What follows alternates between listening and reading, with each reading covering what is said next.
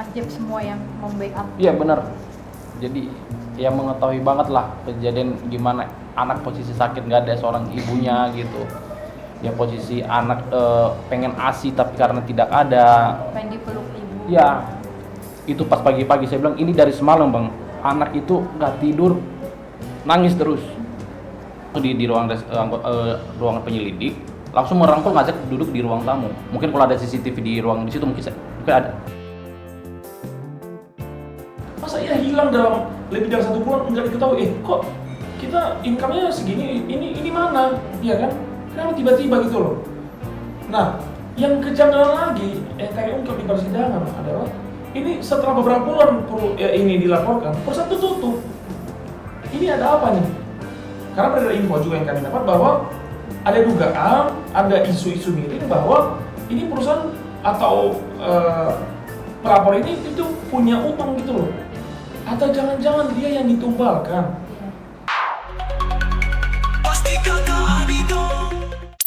Hola bestnya kata Ani.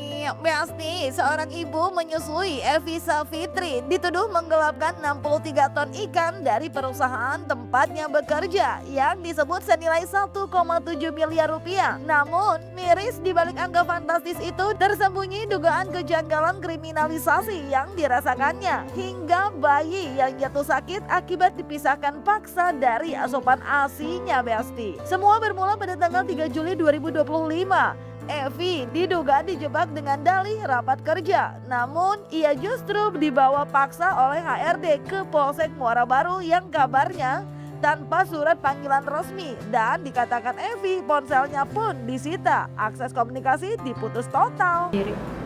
Jadi pas kejadiannya saya agak sedikit kaget sih. Jadi posisi kan setahu saya Evi di siang hari itu diajak meeting mau bahas ke Cilacap. Jadi setahu saya dia ke Cilacap.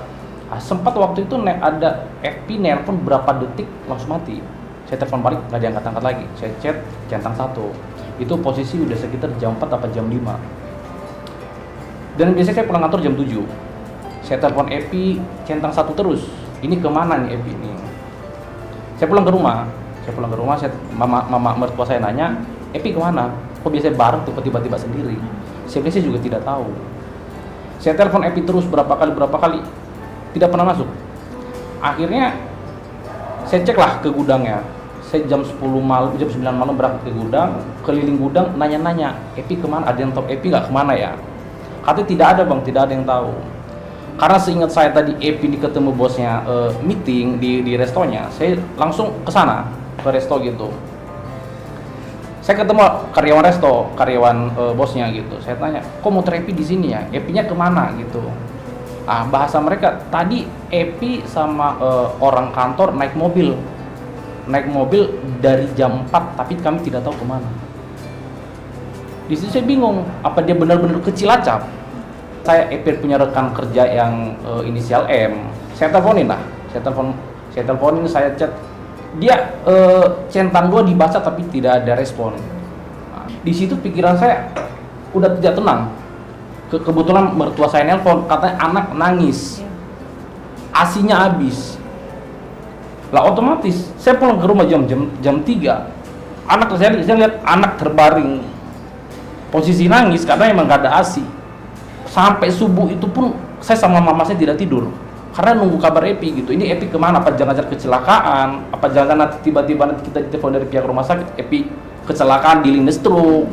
Ini sampai pagi tidak ada kabar gitu.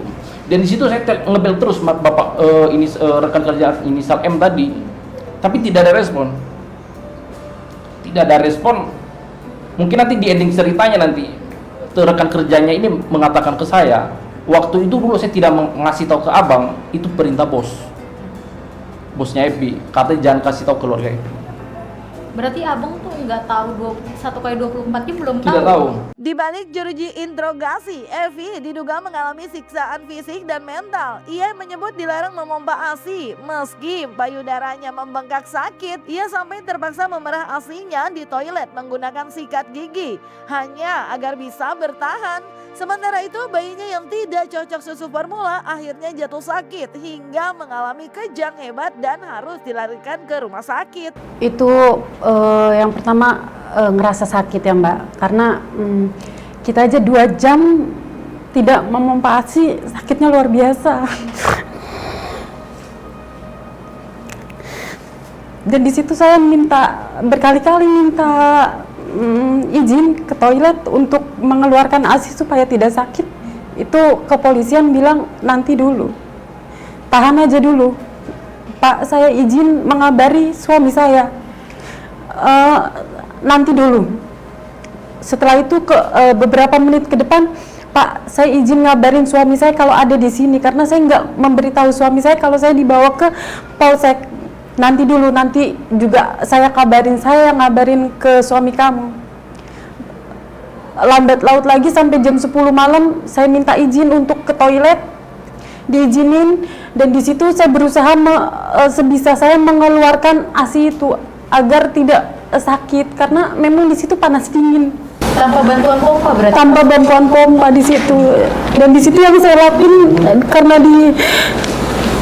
di kamar mandi ada sikat gigi, saya berusaha untuk mengeluarkan pakai sikat gigi, saya dipijit.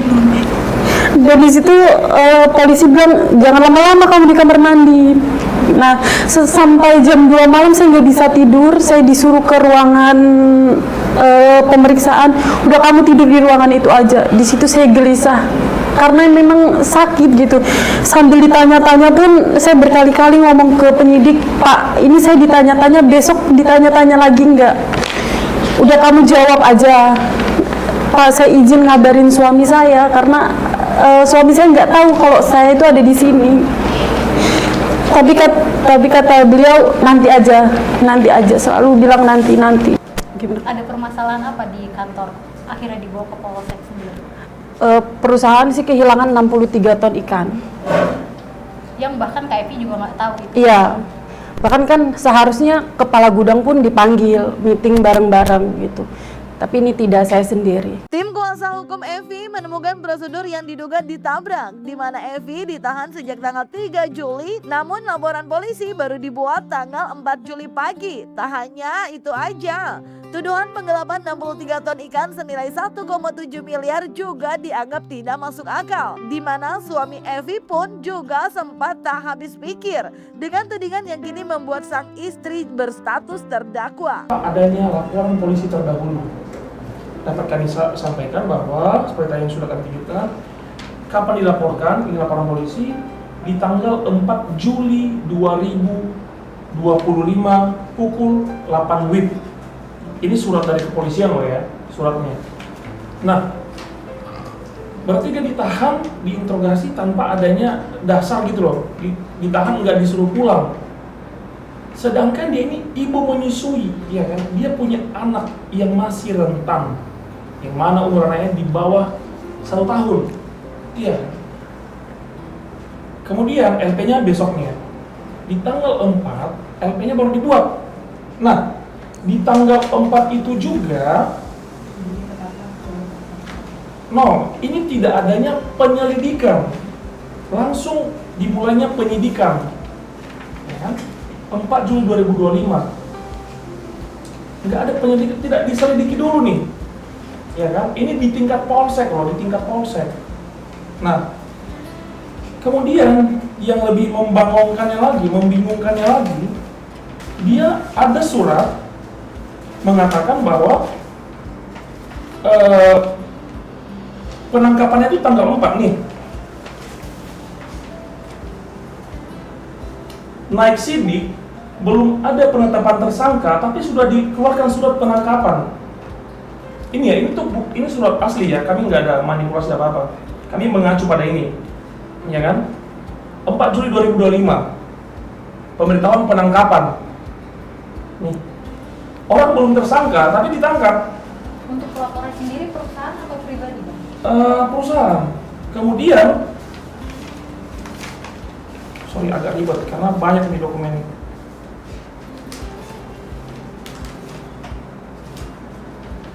Kemudian penetapan tersangkanya di hari esoknya tanggal 5.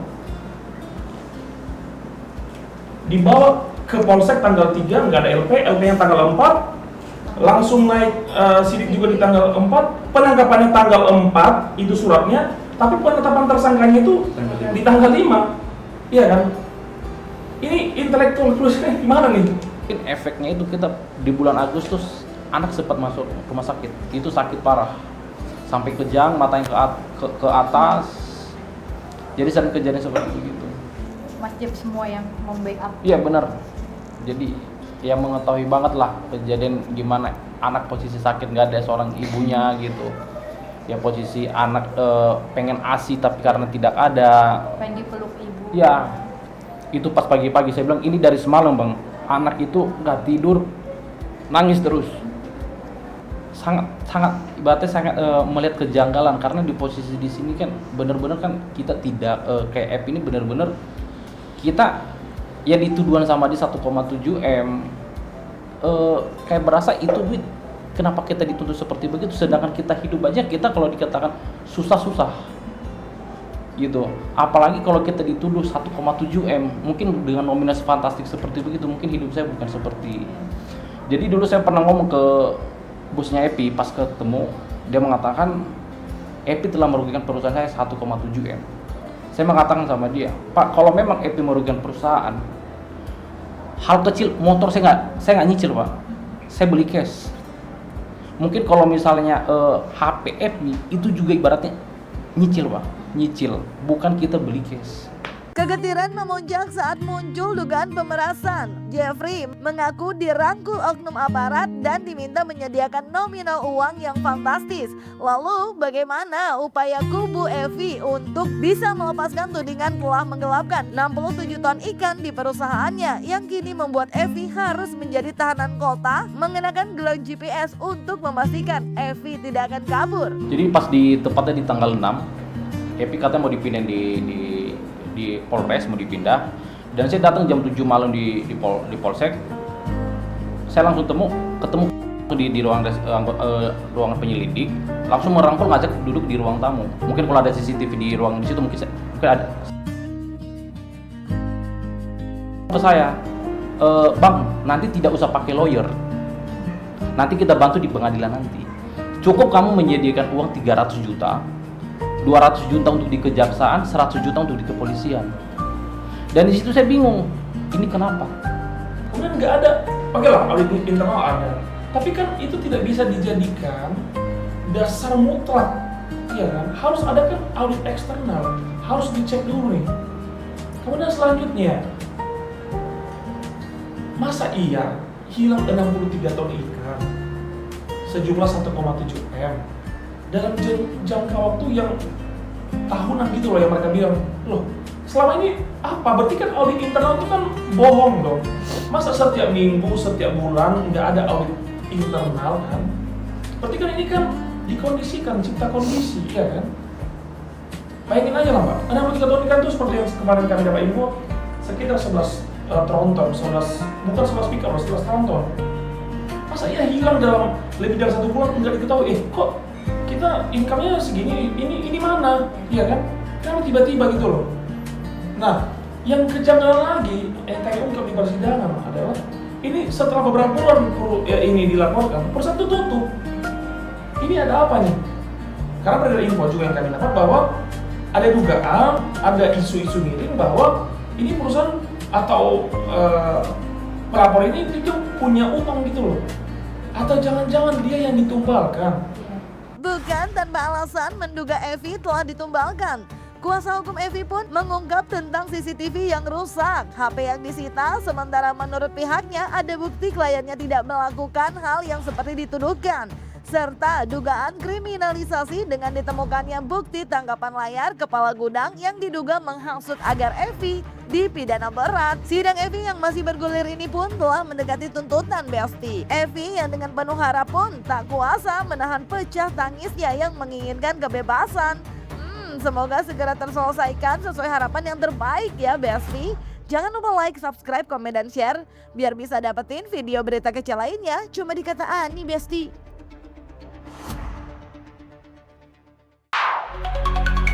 Pasti kakak